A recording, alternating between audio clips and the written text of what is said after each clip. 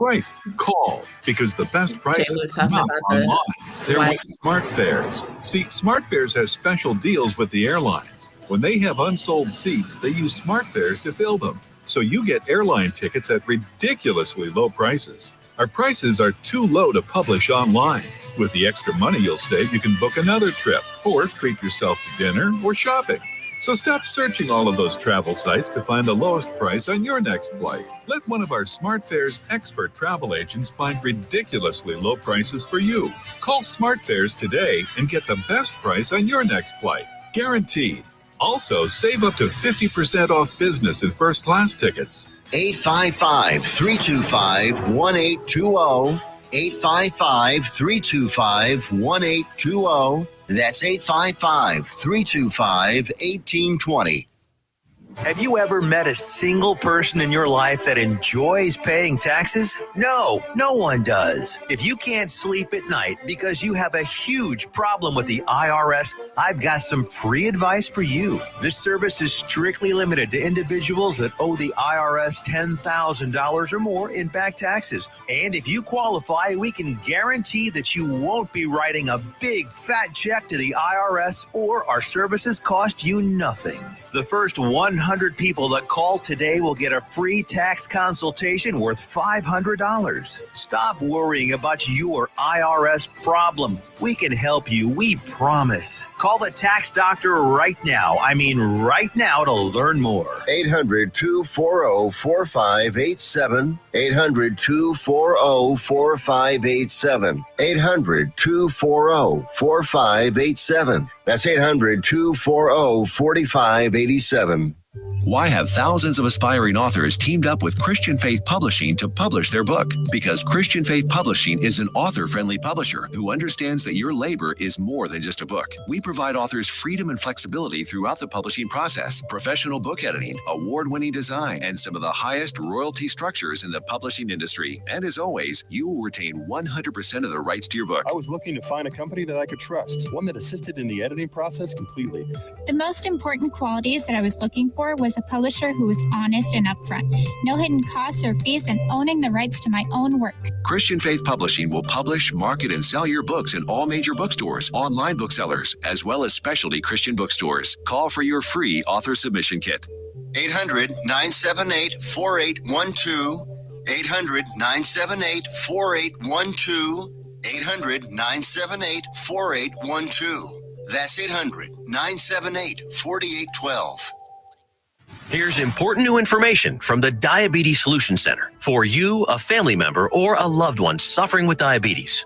If you have lost your provider, or if you need a provider for diabetic supplies, you may qualify to receive your diabetic testing supplies now with little or no out-of-pocket cost, regardless of your age. All you need is Medicare or private insurance to be potentially eligible. Call the Diabetes Solution Center right now for details. Just takes a couple of minutes. Our friendly, knowledgeable agents will give you free, no-obligation information, handle all the insurance paperwork, and make sure your supplies are delivered directly to your door for free. Call U.S. Medical Supply 24 hours a day. 800-597-9323. 800-597-9323. 800-597-9323. Call right now. 800-597-9323.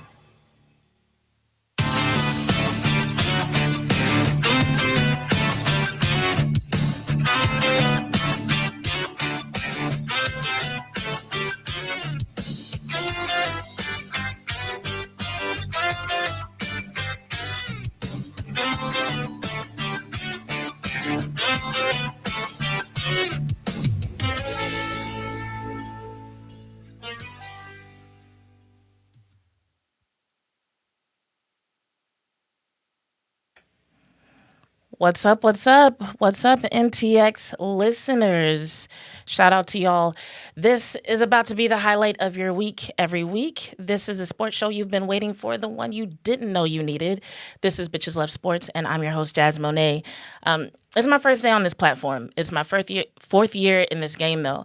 I've been doing this as a podcast since 2021. Started writing for Inside the Star.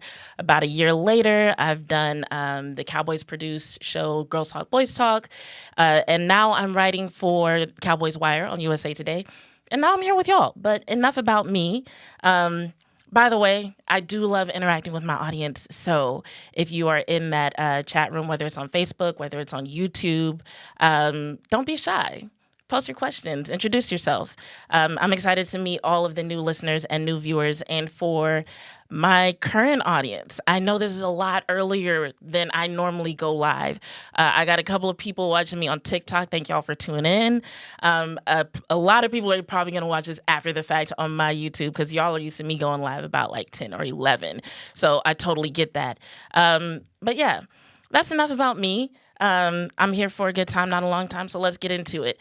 The first thing that we want to talk about today is the team that not only does everybody in North Texas love, but they are America's team, called that for a reason, one of the biggest fan bases in the world, the Dallas Cowboys. Now, I know this is kind of a lull in the year, and people are finding everything to talk about, but I had the opportunity to talk to one Mr. Osa Odighizuwa recently.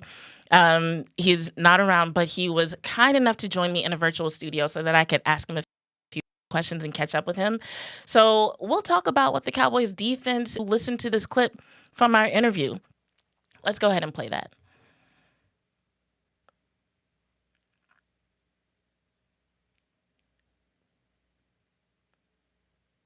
The virtual studio with us. In my opinion, although people are hungry for information, they're hungry for storylines, I feel like this time of year is a time of year where it's like if you have a lot going on with your team, it's almost not the best thing. So I'm just curious from your perspective as a player, if you had to pick a headline or a storyline for right now, like what would be your headline for the Dallas Cowboys or for the defense? Right now, in this moment, Not necessarily in this moment, but like this time period. You know, after OTAs, pre-training camp, like if people are gonna think about the Dallas Cowboys defense, what should they be thinking about? the way I look at it, like just sharpen your sword. Mm. You know, I think it would be. I think you can expect a sharp defense. You know what I mean? Because this time is like a break. Everyone has like a little bit of time to themselves, but I think everyone knows that especially playing for Coach Eberflus, you got to come back. You got to be in great shape. You got to be in championship conditioning and ready to run to the ball. So, definitely a time of sharpening right now. Now, something else I know people have been talking about with the defense is the culture of the defense this year. With D-Log on, naturally, a lot of people are expecting Micah Parsons to step up into even more of a leadership role. I personally, and I've told you this, I look at you as a leader in terms of the fact that you lead by example, in my opinion. Um, do you see yourself as kind of having a leadership role on the defense right now, or is that something that you just let other people handle and you just do what you do, and whoever is inspired by that, let them be inspired?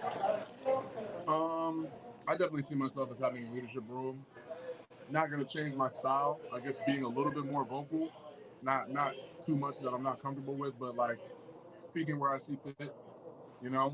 But I think the good thing is that we did bring in some good guys that are a little bit older. They got great heads on their shoulders as well, and don't necessarily need someone to like follow because they know exactly what it takes and what it looks like. Solomon Thomas being one of those, like Kyrie Lee being one of those, and these are guys that are leading by example as well. You know what I mean? Solomon's always running for the ball. He pops out on the tape every time that we're watching as a team. Same with Kyrie. He's always like one of the people that are like topping speeds and he works hard. Like I notice when I'm coming in and getting some extra work, we find each other in the facility a lot. You know, and that's since he's been here. So just having people like that is good because it's like it doesn't take very much to lead a group like that because you know what I mean. They're self-led and they know what it looks like and it's contagious. So stuff like that definitely starts to permeate throughout the team, especially when it jumps out on the tape like that. That's awesome. I think that's good to hear because I think it's one thing to say, oh, you know, we're going to be a sharper defense, you know, iron sharpens iron. Or I actually learned technically it's steel that sharpens iron. Neither here nor there. But it's one thing to say those things in sort of a vague way. It's a completely different thing to actually hear from someone like yourself what it is that all these people are bringing to the table. So it sounds like everybody's gelling pretty well. Is there anything that you're looking forward to this season? I know last year we talked about some ways that you expected your game to advance. Are we looking for more advancements and improvements for you this season? Every year. Every year I want to elevate my game and build on what I did last season. I think having a year when I played as much as I did was very good because it gave me a lot of opportunity to rush and gave me opportunity to make more plays, which is why it did end up being high in the league in certain areas in my pass rush. So just wanted to continue to build on that and continue to rise my level of play. But I think it's only going to be easier with the guys that we brought in. I like the way our defense look right now. We got some guys that are on the way back. I'm excited to see what Sam does. I'm very, very excited to see what Sam does. We're getting Demo back at some point during the season, so that's going to be great. And I'm sorry I didn't answer your question, but, just trying to build on the things that I did last year and increase my game. I feel like that was a good enough answer, honestly, because one thing I remember from last season is there were a couple of times where you were referred to as one of the best pass rushers in the league. So when it comes to improving on that, I'm pretty sure it's hard to mention something specific that you need to work on. But I'm sure everybody's glad to hear that you are dedicated to still improving despite getting all those accolades, despite getting the big contract. There's, I think, sort of a stigma about athletes that when that happens, they start to relax and get lazy.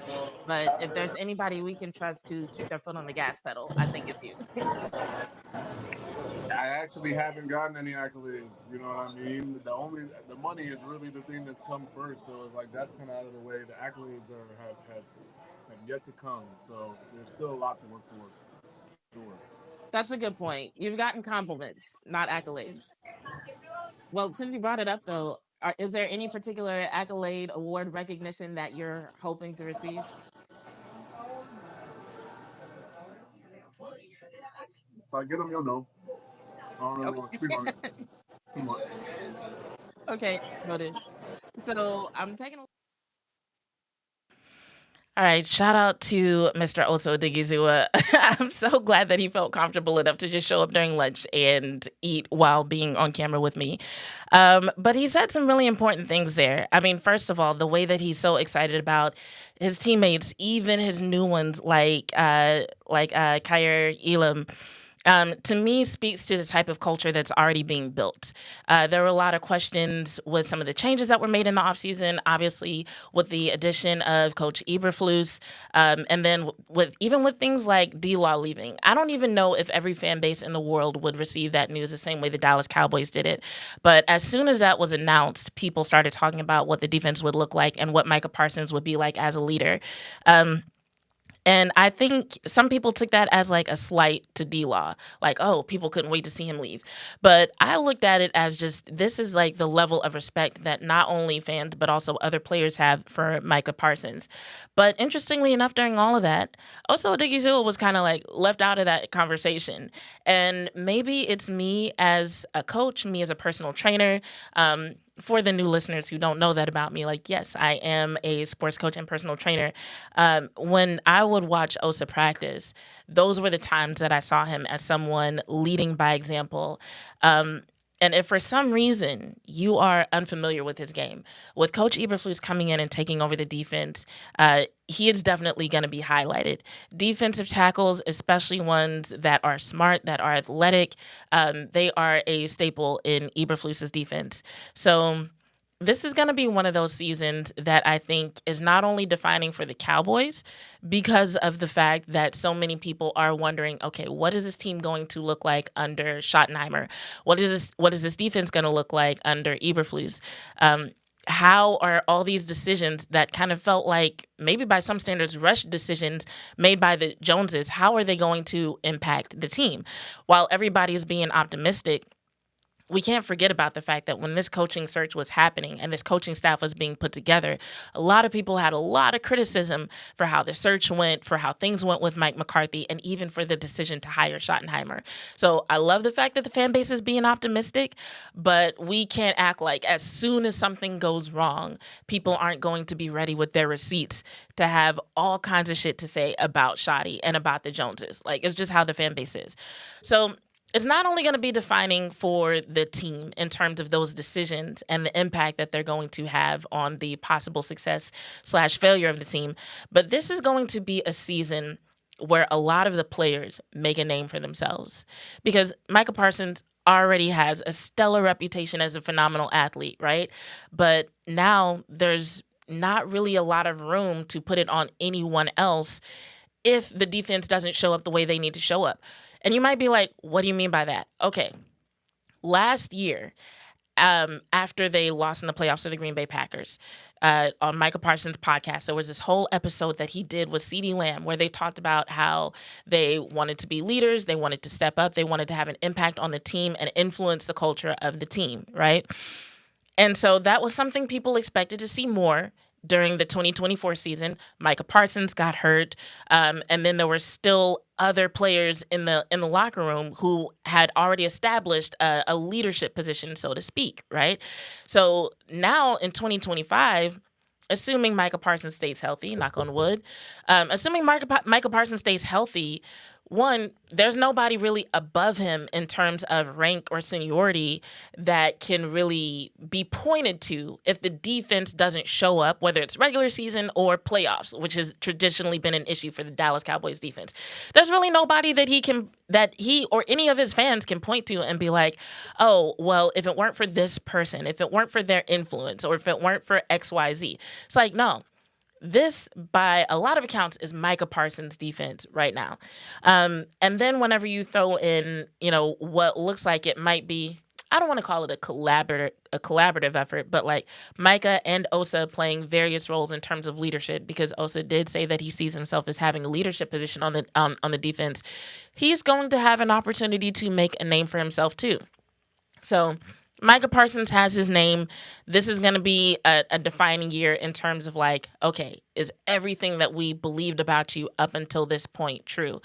And for Osa, for whatever reason, there are still a lot of people who don't seem to quite understand the impact that he has on the defense and what he really, really brings to the table as a defensive tackle.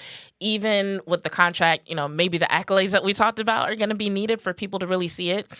But this is going to be a year for him to really step up and show like, okay, not only am I one of the best pass rushers in the league, but I can also be a leader. I can also impact other people. I can also take what's expected to be a defensive scheme that kind of caters to his strengths and use that to elevate the Dallas Cowboys defense to another level. So I'm really excited about all of that. Now, in the meantime, in between time, we're practically in I guess you could call it a holding pattern, waiting for the Dallas Cowboys training camp to start later next month. And what's interesting about those conversations is and maybe this points to me being like a trenches girl. Like I love paying attention to O linemen. I love paying attention to D linemen. But a lot of people are talking about the running back battle, which is going to be a good one. It's going to be a good one. But I really am looking forward to seeing what this defense can really do. It's something that we have to be patient for, because I feel like you don't really get to get a good impression of the defense at training camp until they get to put the pads on. And even then, they're not trying to hurt their own teammates. So it might not even be until the regular season before we actually get to see what they're capable of. But just while everybody is talking about the running back room and who's going to get what position and what the Cowboys are going to be able to depend on, I'm really like, pay attention to this defense, learn as much as you can about the scheme, learn about these players, because I really feel like the Dallas Cowboys defense is going to be crucial to what happens in terms of success. And really, Coach Schottenheimer said so himself. There was a recent press conference, I'm trying to remember exactly which day, but he talked about winning at the line of scrimmage and how that was important to everything that they were going to do this season. But when he talked about winning at the line of scrimmage, he wasn't just talking about offensive linemen. He was talking about defensive line too. He was talking about what so many fans have been clamoring for literally for years, running the ball and stopping the run. And what I'm hearing from Osa Odighizuwa says to me that they're taking that seriously and they're ready to step their game up in that area.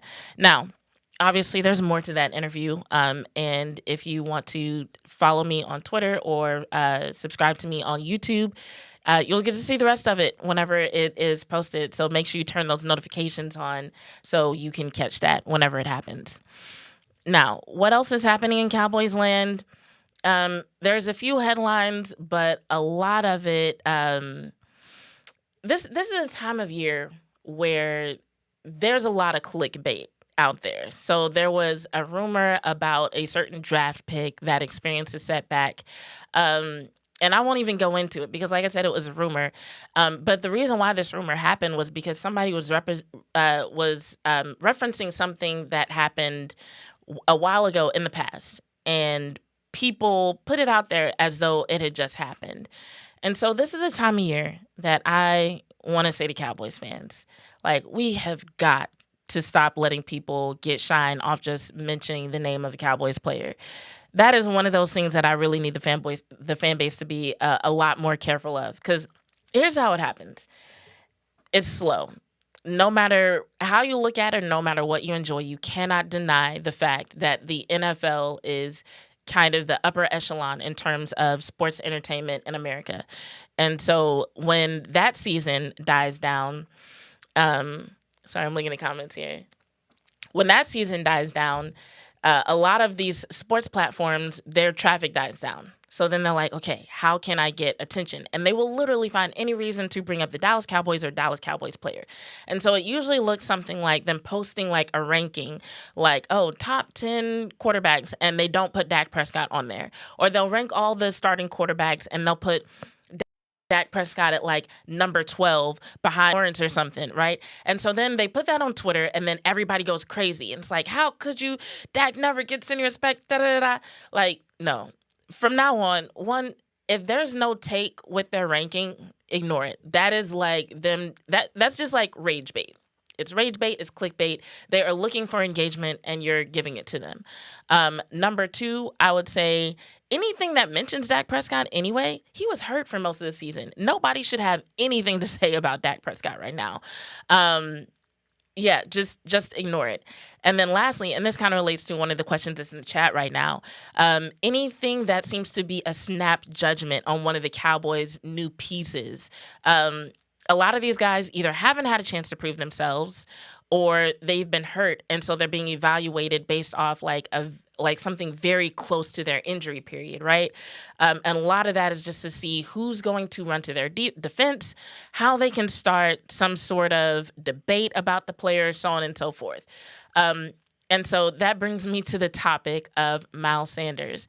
And someone in the chat just said, yeah, this will be a bounce back season for Miles Sanders. It definitely could be. It could be. Now, once again, new listeners, if you're new to me, you'll know I don't like making predictions. I don't like making predictions about games, and I don't like making predictions about what a player is going to do. And the reason for that is because sports, any sport, it's so unpredictable. There are things that could go wrong, kind of like what we saw with the Pacers versus the Thunder, which is something we're going to talk about in the second half. So just put a pin in that. There are things that can go wrong that are not only unpredictable, but tragic, right? And so some of the things that happen with Miles Sanders, people look at it as him just falling off, as though he had this great season with the Eagles, and then all of a sudden he just lost all his talent. Kind of like in Space Jam when the aliens came down to Earth with the glowing basketball and they just started stealing basketball players' talent. It's like people think that's what happened to Miles Sanders. Even though there are so many accounts, so many analysts who have looked at it and said, hey, I actually think that this is because of the Philadelphia Eagles offensive line. And that seems to be, for people who are actually trying to look at it from like an even perspective, right? That seems to be the consensus. A lot of people who aren't crazy enough to believe that Miles Sanders just fell off, they're just like, hey, I think this is an O-line thing. So you combine the idea of Miles Sanders being, one, having an opportunity with a different team. Two, coming to a team where the new head coach is really focused on winning at the line of scrimmage. And we could very well see a bounce back year for someone like Miles Sanders. We could also see a brand new Dak Prescott. Like, you combine him coming back from injury, seems like he's feeling better than ever, looking better than ever, and combine that with the fact that, like, hey, our O-line is expected to be on point. You could see a lot of players coming back and looking like they are way better than they were last season. So I would say for anybody who hasn't been a Cowboy before, give them some time. And then for the people who maybe struggled last season, give them some time as well. When you have a coach who's talking about winning at the line of scrimmage, that is something that can literally permeate on both sides of the ball. So we don't know what we'll see. Now, I got about 5 minutes left in this half, and I start getting all these notifications, and I'm like, what's going on? Mr. Vach Lombardi has started a raid on my stream. Thank you so much, Vach. I really appreciate your support. Me and Vach have been friends for a couple years now. I'm trying to think when I first had him on my show. It was probably the last time I was able to broadcast from his studio when I was back in Austin. What year was that? Vach, if you remember what year that was, text me. Because it was... was that 22? Was that 2 years ago? I want to say it was 2 years ago, but it was a couple years ago. We connected on Twitter. He said he would come on my show. And after that, he's communication, it comes and goes with people. But after that, he did make it a point to help me out in certain ways and show up in certain ways. And today he has shown up by sending a good portion of his audience over to my stream to say hi. So yes, y'all, I see the Vach raid. I appreciate the Vach raid. Vach, thank you. I'll hit you up later. Much appreciated. Yes, D Black says smash that like button. So yes, if you're on YouTube, smash the like button. NJ Fresh said he ain't even here. He was here. He said hi. He might have left already. And Chris Johnson is in the chat. Hi, Chris. So yes, once again, debut episode. So to all my listeners on NTX Radio who are not used to me talking to my chat, there are a lot of people in there. I do respond to the chat. So if you ever have a chance to hop off whatever platform you're listening on and hop onto YouTube to get in the chat, yes, I will actually answer your questions real time. I will respond to your comments, even if you disagree with me, real time. So thanks, y'all, for chiming in. And thanks to all the people who said that you're going to subscribe. Make sure you subscribe to me on Bitches of Sports. Subscribe to NTX Radio. Follow us both on Twitter, and make sure you Tuesday at 5 p.m. Central so that we can talk Dallas sports and maybe some other sports stuff. In the second half, we are going to get into some other sports. Not only are we going to talk about the Dallas Wings, who have a very important game tonight. I know there are going to be some people who say, how can this be an important game? They've only won 3 games this season, and they're not expected to win this one. Trust me, this game is going to say a lot about the team and a lot about Coach Koklanes. So that's something that we need to talk about. Also, we're going to talk about some of the other stuff that's happening in the sports world, and we're going to get into that. So love you too, Kelvin. So definitely make sure y'all stick around for the second half. I think the commercial break is going to be about 2.5 minutes long, so just bear with me while we're going through that. Hi to Sadiqa. I'm sorry if I'm missing anybody. These comments are coming through super fast. But hey, Sadiqa. Hey, Big Mex. Thanks to everybody hitting the like button. Thanks for everybody in the chat giving us traffic. Appreciate y'all so much. And if I missed anybody, I'm sorry. I'm still going live tomorrow. So just come to that stream and yell at me there. But anyway, summarizing what I'm saying about the Cowboys. There's just basically a few messages that I want to get across to the fan base. And so for y'all who are just joining, we played a clip of the interview that I did with Osa Odighizuwa.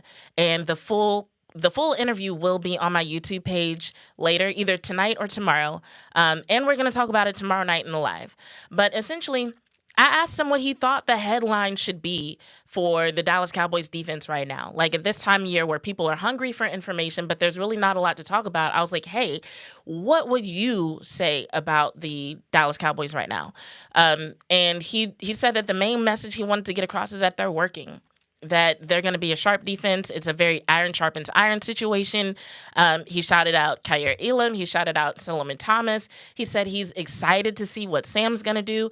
Osa Odighizuwa, who has pretty high standards when it comes to showing up to practice, showing up as a player, not taking reps off. He is excited about this defense, y'all. And he looks at himself as a leader. He looks at Micah as a leader, but he also said that that defense is full of leaders, which says a lot to me about what we can expect from him and what we can expect from Coach Eberflus. So that pretty much sums it up. Y'all can rewind or play it back later. Once again, thanks for showing me so much love in my debut episode on NTX Radio. Once again, every Tuesday at 5. We're about to go into break here. So, I do see a couple of y'all's questions about how I feel about the safety room. I don't want to get into that, and then we go to commercial. So, CJ, remind me when we come back from break, and we can talk for a second about the Cowboys safety room before we start talking about the Dallas. So, we're going to take a break, and I'll be back, y'all. And you're on with me. Thanks, y'all.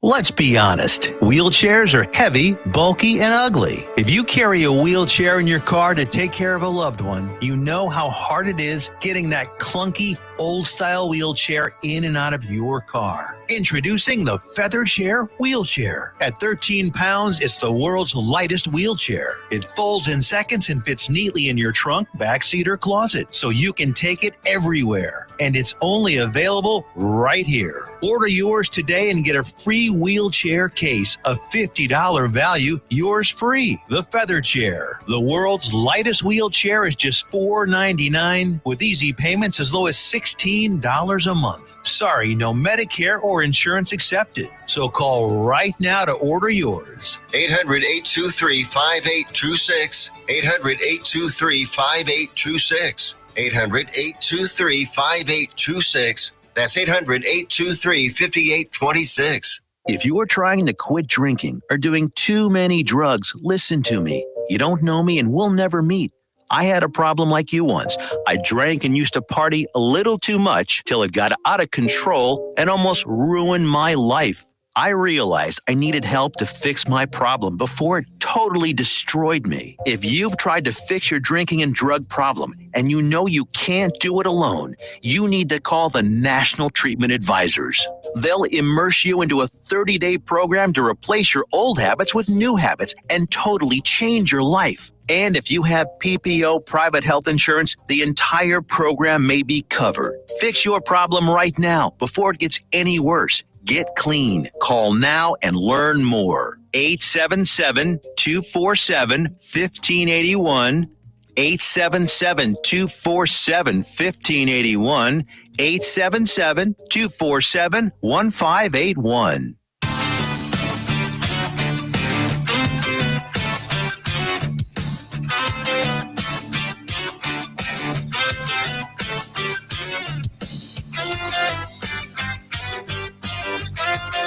What up, what up?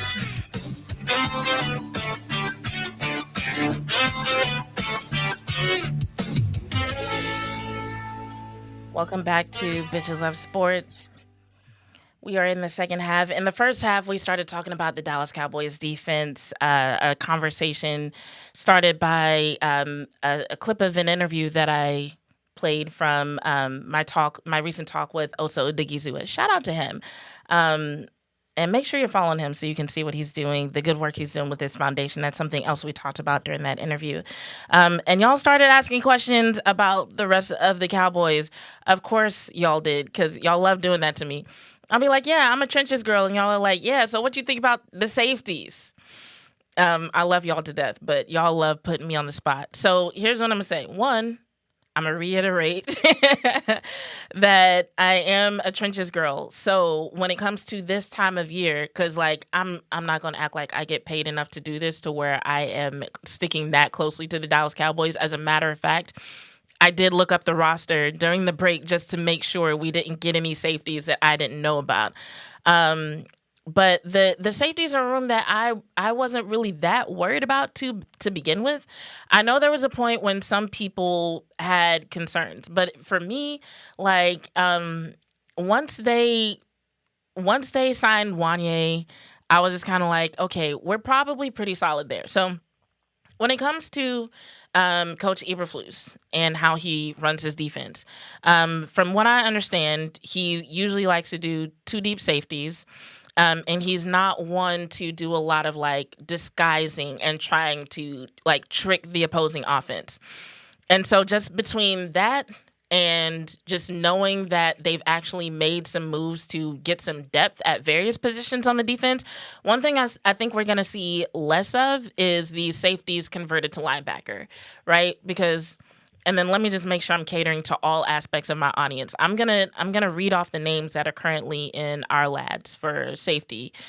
So we've got Malik Hooker, Izzy McQuamu, Marquise Bell. So these are names that if you're a Cowboys fan, you already know these names. Then Mike Smith Jr., Donovan Wilson, Wanye Thomas, Elijah Clark, and Zion Childress, right? So even just with those first three names and then adding Wanye into that, a lot of people are probably like, okay, considering what we predict Coach Eberflus is going to do, that's enough to at least not worry. Not worry the way some people were worried about, like, cornerback, for example. And then when it comes to linebacker, we've got, well, Demo's not back yet. Everybody's expecting to get him back this year. I have thoughts on that, but I'm going to save that till next week.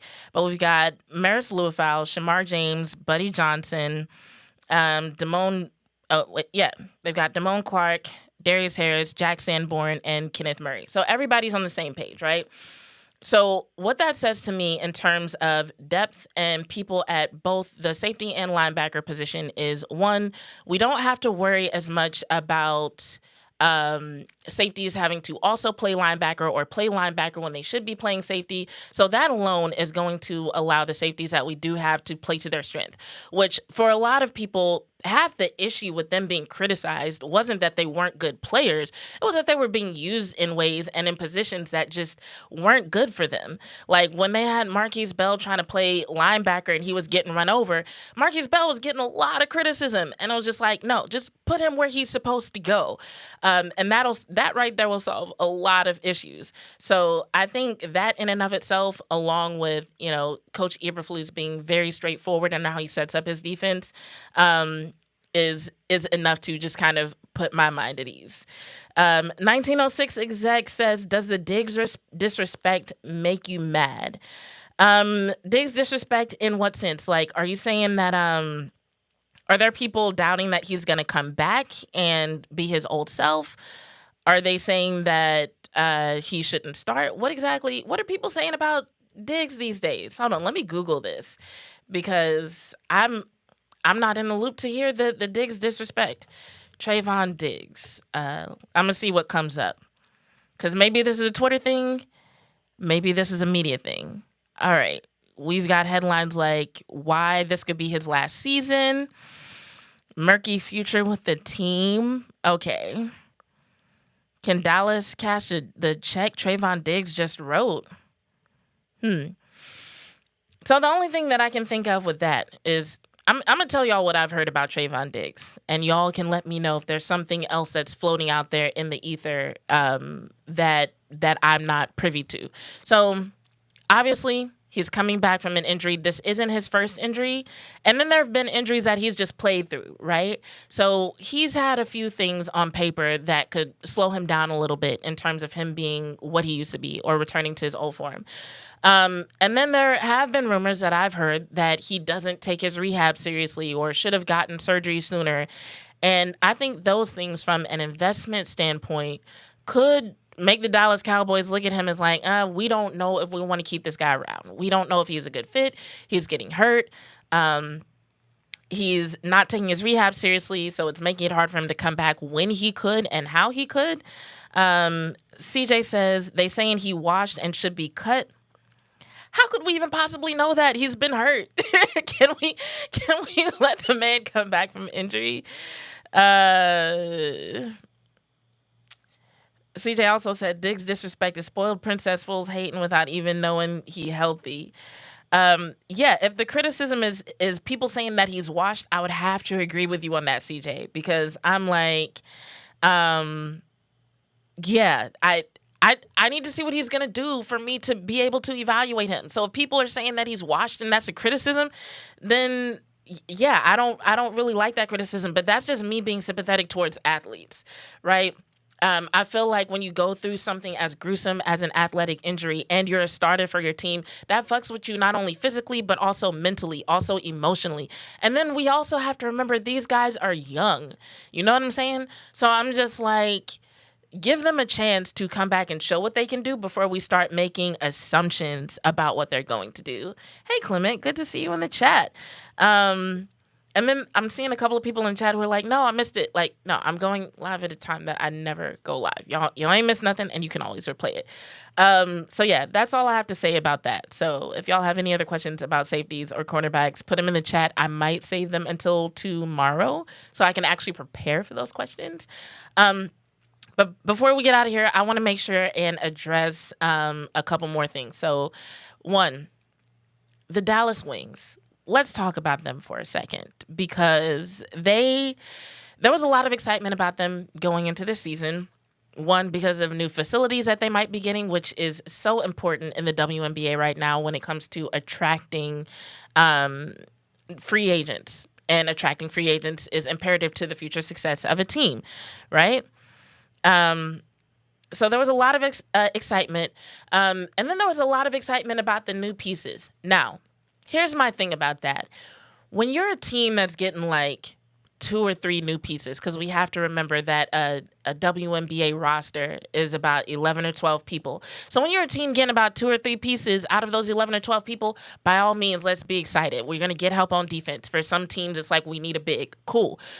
But when only 2 people are returning from the previous year's roster, and you're getting a new head coach, and you're replacing other aspects of your coaching staff, that is a cause for concern. I can see being excited, like in the sense of like, oh, I wonder what's going to happen. But expecting success, that is bananas. And so when it comes to the Dallas Wings, a lot of people who have been following the team came into the season kind of knowing, okay, the first few games were going to be rough.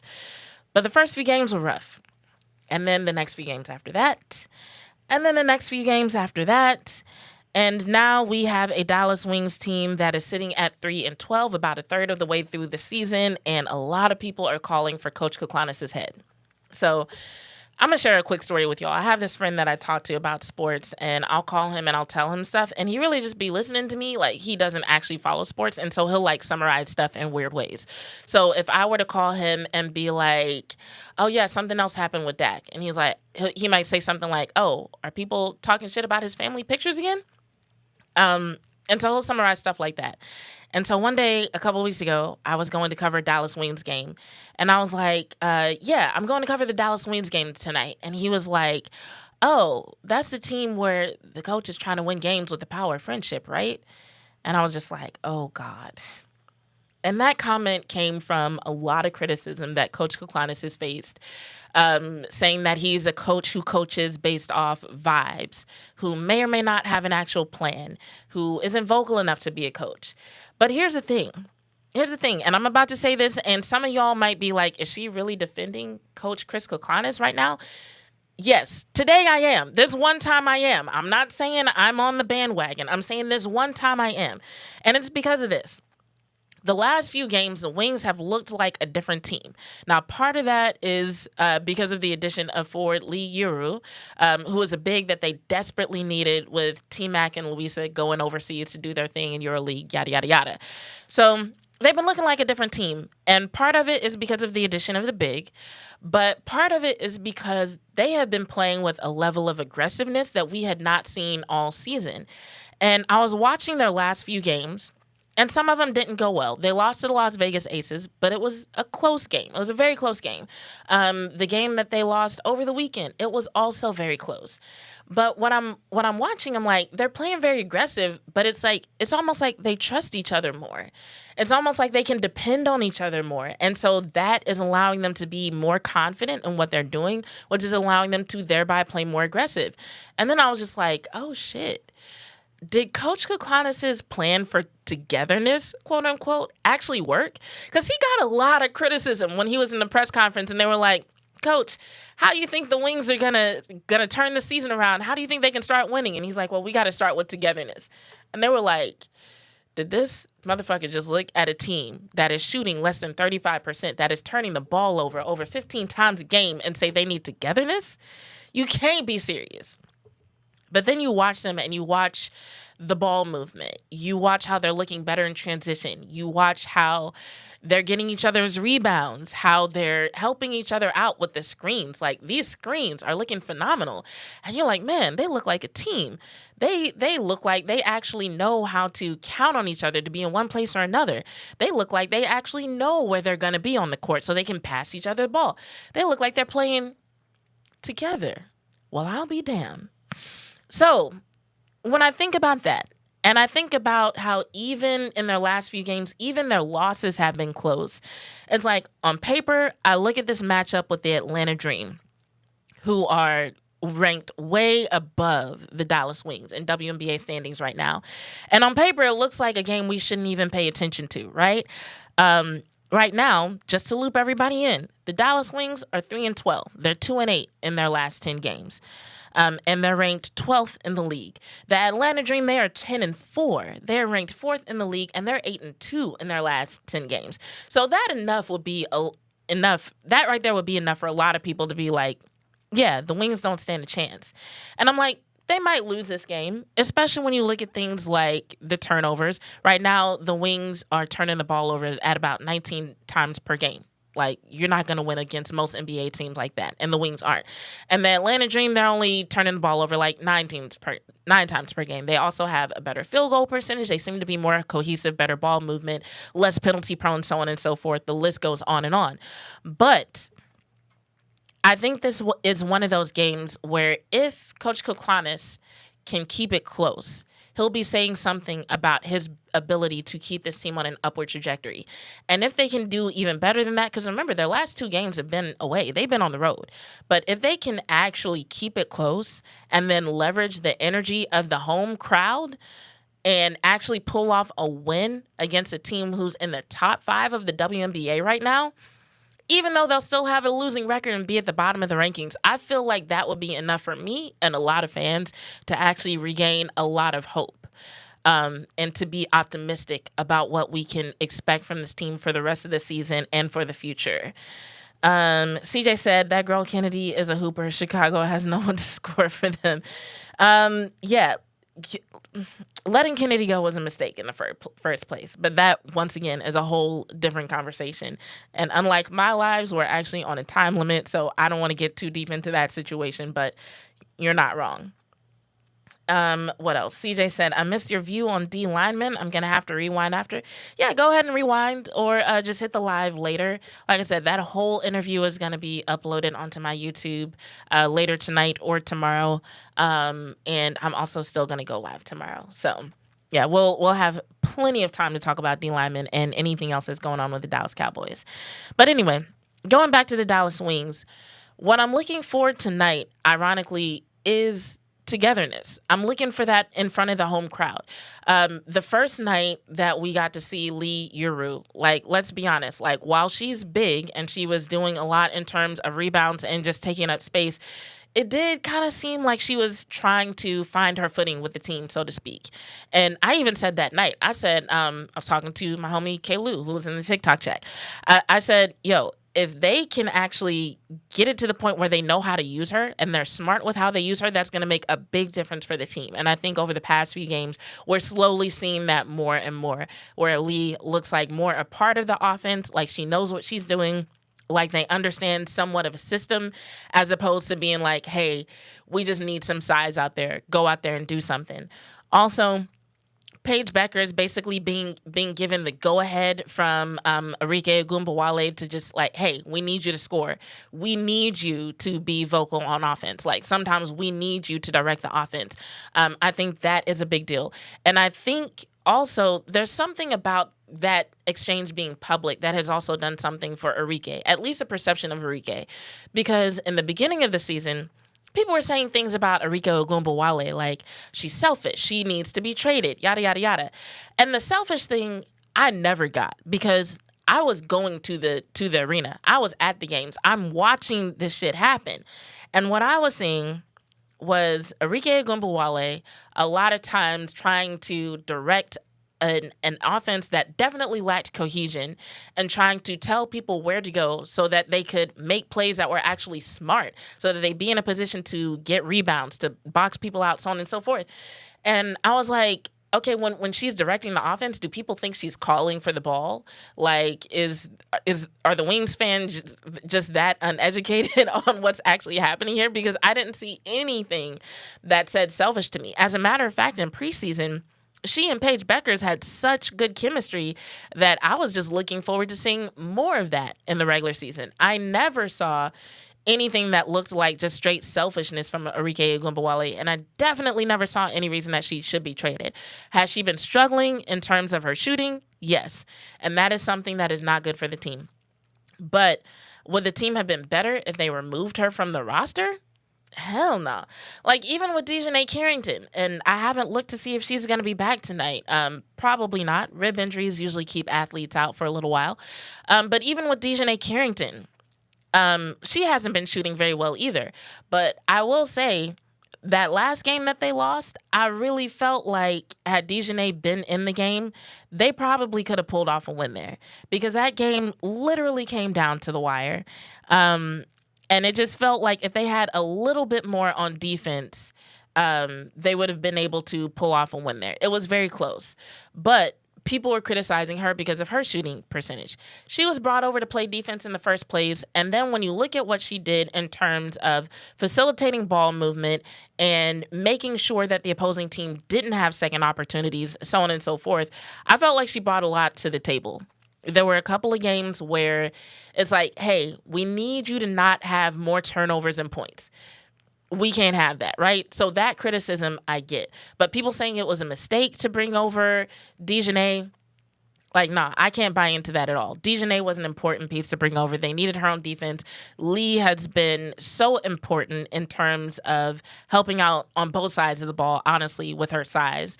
And then the chemistry from Paige Beckers and Arike Ogunbowale, I think, is just going to keep improving. So let's see. Meech said, been seeing you this weekend on YouTube. I'm going to check out your videos. I didn't know I was a Cowboys fan. All right. Well, welcome to my stream, Meech. I've been a Cowboys fan for years. And CJ is apparently impressed that I'm pretty and I cuss. I actually try not to cuss too much. I'm glad you appreciate that. Yeah, I do occasionally when necessary. Some days I might not at all. So I hope that doesn't disappoint you. But anyway, like I said at the beginning of the stream, I am here for a good time, not a long time. We got about 7 minutes left in the second half. So before I get out of here, I want to leave y'all with a little bit of a message. And this is a segment I do sometimes on my regular thing here on NTX Radio. And it's what I call, as it is in sports, so it is in life. And this is basically where I learn of a sports story or I read about a sports story. And it reminds me that there are so many lessons that we can learn from the sports world. There's so many ways in which the sports world parallels the real world. And the way the Oklahoma City Thunder won this championship over the weekend, to me, is one of those things. And it's not just what they did in Game 7. It's not just what they did during the series or even in these playoffs. It's the trajectory that the team had to take, the road that franchise had to travel in order to get to this point. Because what I want to remind people of is that Shai Gilgeous-Alexander, while he's been a very hot topic, while his name has been just all over the headlines this season, he's been a part of the Oklahoma City Thunder since 2019. Since 2019. And people really didn't start talking about him until like this year, maybe last year, but really this year, right? So he was with the Clippers. And then he ended up with the Oklahoma City Thunder in what now people would be like, oh my God, that trade is ridiculous. But let me describe how this trade went. And this is reading from Wikipedia. It says, on July 10th, 2019, the Clippers traded Gilgeous-Alexander, Danilo Gallinari, 5 first-round draft picks, and the rights to swap 2 other first-round picks to the Oklahoma City Thunder for NBA All-Star Paul George. So the Clippers gave up all of that to get Paul George. And what is Paul George doing this year? Does anybody even know? I don't even remember hearing his name for himself. Not only him, but also Chet Holmgren and Jalen Williams, right? And when the team acquired all of these players, all 3 of them, it did not make big news. It's not like back when KD joined the Thunder. Like when KD joined the Thunder and they had the Oklahoma City Big 3 and yada, yada, yada, people were expecting that to be the team that brought a championship to Oklahoma City, right? People thought that was going to be the Big 3 that put the Oklahoma City Thunder on the map. And they didn't really bring it home. They had some good games. You know, they're still, legends as far as the history of the team, but they didn't really bring it home. But with these particular 3, nobody really saw this coming. Nobody really expected it. People for the longest time, even after that trade happened and Paul George left, people looked at that trade as a sign that the Thunder was rebuilding. And the thing is, maybe they were. But I don't think anybody, if you go back and read the headlines from 2019, hell, even into 2020, 2021, nobody was like, this is going to be the move that leads to an Oklahoma City Thunder championship. Even this season, as the Thunder were winning game after game after game, they really weren't getting pressed like that. People talked more about why the Lakers weren't doing XYZ than why the Thunder were winning. It wasn't until after All-Star break that people even really started talking about SGA and what the Thunder were doing for real.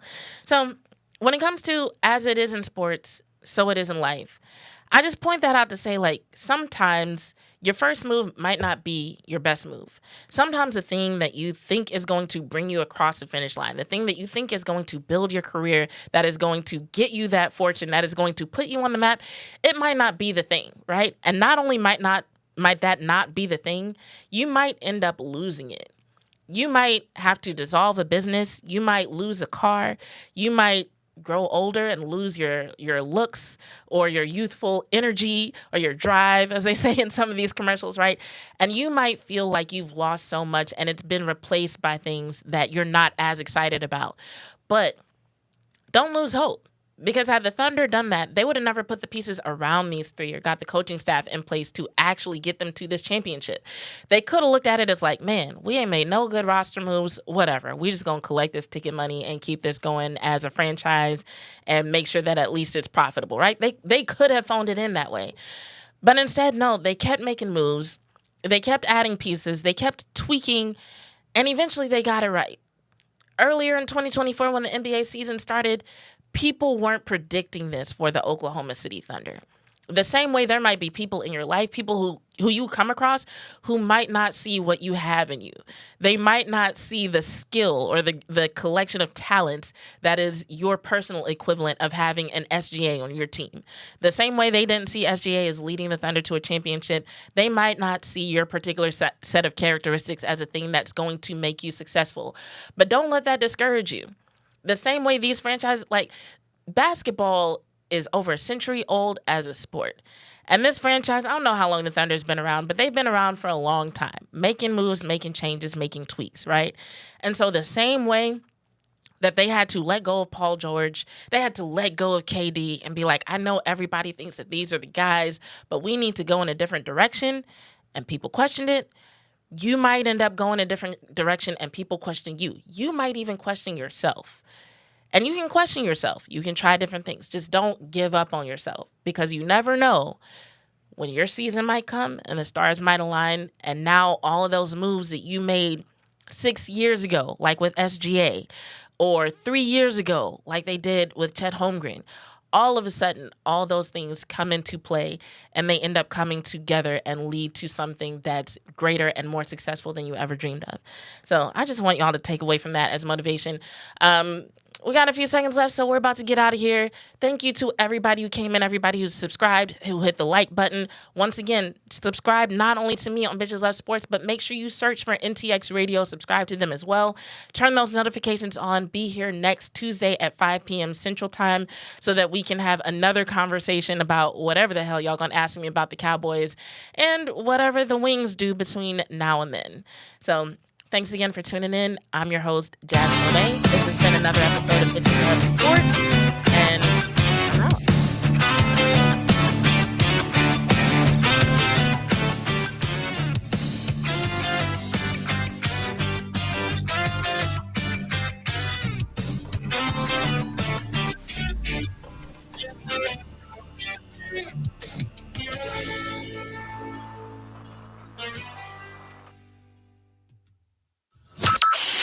From Burleson to Venus and Grandview to Godley, this is the voice of Johnson County, Joco Community